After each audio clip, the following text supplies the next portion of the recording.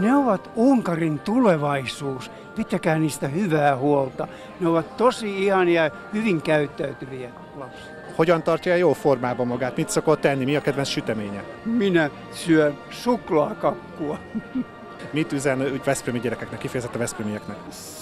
Sanon heille, että te olette kaikki kilttejä. Ei ole olemassa tuhmia lapsia ollenkaan. On vaan huonoja päiviä.